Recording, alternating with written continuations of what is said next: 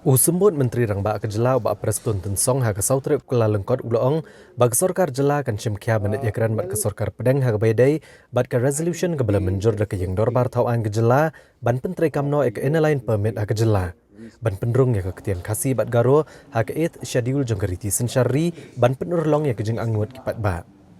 Hakabede bat kamat kebede bat kathem metor uba Prestone Tynsong ulong bakalong ke badan kam ban penbet no ekne ka kam ke belah sateng mentala bon snem bat kejing penbet kedai ke banlong ke bapaka bat ula kentu ya berok kinong syong kejela kiseng bhalang kesenjuk kinong senchar shnong ban yaisha bat ke high level committee na basyan ken saiti no eka kaipot sya ke sorkar jela. Hakabede bagajing saateng ban penbet uput usam hapadang kejela Asam bat Meghalaya uba Prestone Tynsong ulong bak sorkar jela kanam yolat ban Iakren bak sorkar Asam. Namar bakan sadon ok election bat sisien balakot ke election ke sorkar MDA hapo gajing elam Menteri Rangba Konrad Kongkal Sangma kan sesim kha ban Iakren halor kene kaman. Hakabede bagajing berngam ke HNLC ban thombor ke yang kesem jong ba Prestone Tynsong bat Menteri Korbari kejela uba ala kemen rembui. Uba Prestone Tynsong uloong ba umtip ekadaw bat balai ki berngam bersit kumne henrai kum unong mi khamat ubla syajit gi pat ba jong ke penursla constituency bat kum usembut Menteri Rangba kejela un beteng ban chakri hok bat ban chakri kejela hadu kisngi ke bakat do jong ke jingim.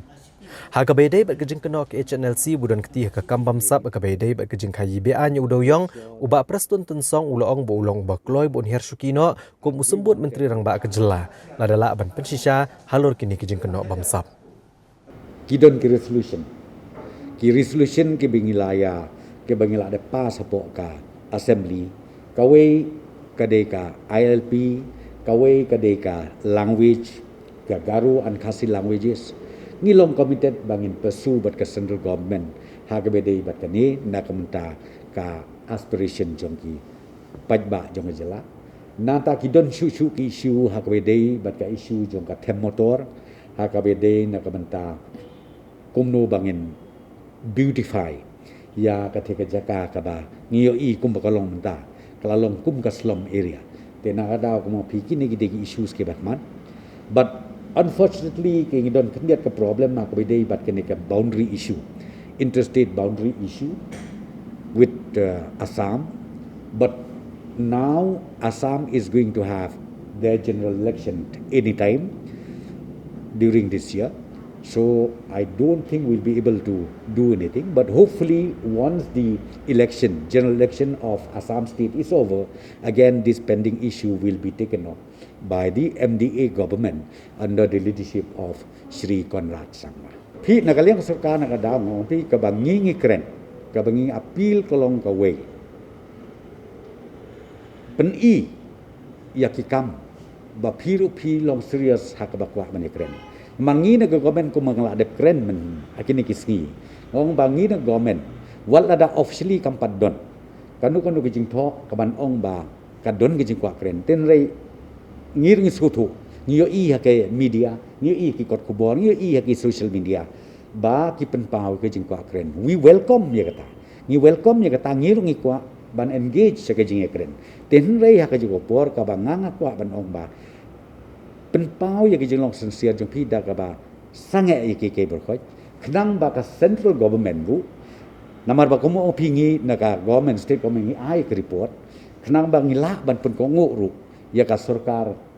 pedeng ba kan ya sekmat na kamta kan ke kijing Iakren but ka HNLC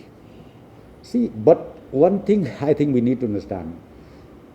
It is not so easy for me to just threaten anybody. So therefore, I personally feel is as a citizen, responsible citizen of the state, I should not take any special cognizance on that.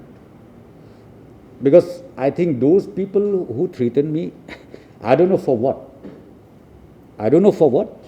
And what is the reason? Or whether is it just for the sake of threatening, that also we don't know. But what I'm saying is, I am elected by the people of Penunsula Constituency. I'm here just because of the mandate of the people of the state as a whole, as Deputy Chief Minister. So my commitment is to make sure that I serve with sincerity and I will serve the state till